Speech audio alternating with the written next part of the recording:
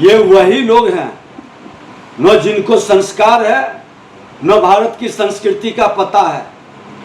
ये मानसिकता के लोग जो इस देश को धर्मशाला बनाना चाहते हैं और कांग्रेस का ये सोने के चम्मच लेकर जन्म लेने वाला, अनुकंपा की राजनीति करने वाला राहुल गांधी और तेजस्वी यादव बिहार के अंदर जो अराजकता उत्पन्न करना चाहते हैं, जिस मानसिकता से अपने समर्थकों को उत्तेजित करके उन्माद पैदा करना चाहते हैं, ये दुर्भाग्यपूर्ण स्थिति बिहार में नहीं आने देंगे और ऐसे उन्मादी लोगों पर कार्रवाई होगी।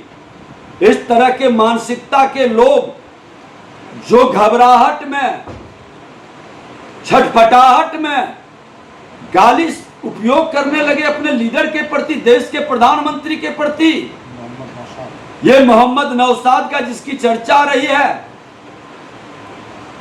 राहुल गांधी और तेजस्वी यादव को माफी मांगना चाहिए।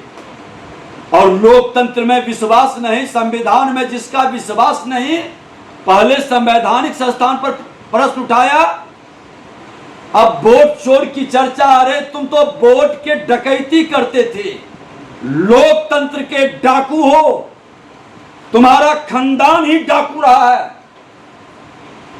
इमरजेंसी लगा करके जिस तरह से लोकतंत्र को अपने पैरों तले रोदने का काम किया, हमारे देश के नेताओं को जेल में डाल करके संविधान के तहत चुना हुआ विधानसभा को आधी रात में भंग करने का काम किया। मैं भी विधायक था। लोकतंत्र के हत्यारे और लोकतंत्र के डाकू चोर मचाए शोर, ये चोर शोर मचा रहा है।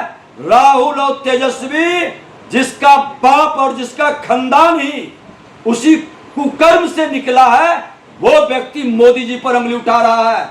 मैं अपनी संस्कार और संस्कृति नहीं छोड़ना चाहता, लेकिन अब शब्दों का अगर जो शुरुआत करोगे तो ये अपशब्द तुम्हारे रोड और तुम्हारे मंच पर एनडीए गठबंधन के लोग की शुरुआत कर देगी।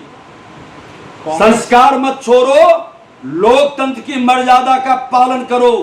कांग्रेस नेताओं अपने संस्कार और संस्कृति का परिचय दे रहे हैं। ये भारत के संस्कार संस्कृति से जुड़े लोग नहीं हैं, इनके खानदान भी यही व्यवहार करते थे।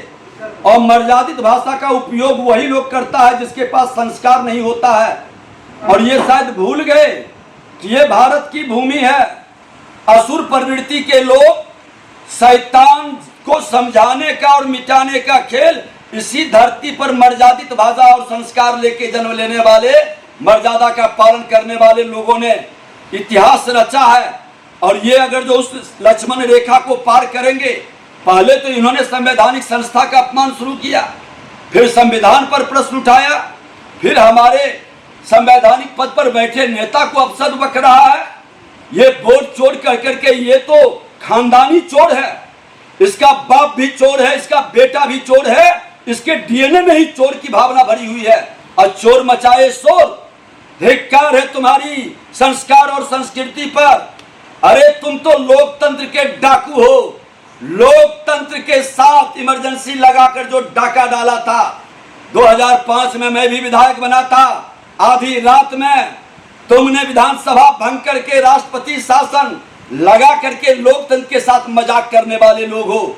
ऐसे मानसिकता के लोग माफी के लायक नहीं, कार्रवाई होनी चाहिए।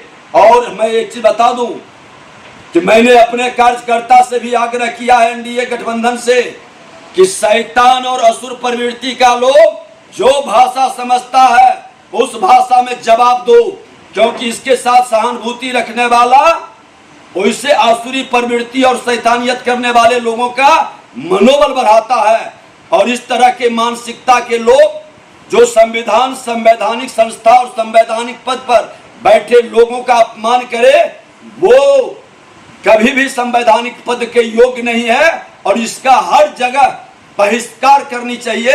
ये तो बिहार में आकर के बदनाम कराया, जो बिहारी को गाली दिया, बिहारियों को मजाक बनाया, उस बिहारी को फिर से अपमानित करने के लिए उस जख्म को कुरेदा स्टालिन जैसे लोग, रेड्डी जैसे लोग बिहार में लाके क्या संदेश दे रहे हो? अरे धिक्कार है, अब जाति की जहर नहीं चलने देंगे। अब जमात की राजनीति होगी और बिहारी के मान सम्मान स्वाभिमान की राजनीति होगी। बहुत कर लिए हो जात के नाम पर राजनीति। अरे तुम लोग अपने को ओबीसी बनाते हो, ओबीसी नहीं, अगड़े समाज के लाइन में खड़े हो। अब ओबीसी जो सचमुच में है वो बेटा आगे निकलेगा और उसको संविधान के तहत बाबा भीमराव अंबेडकर का अधिकार मिलेगा।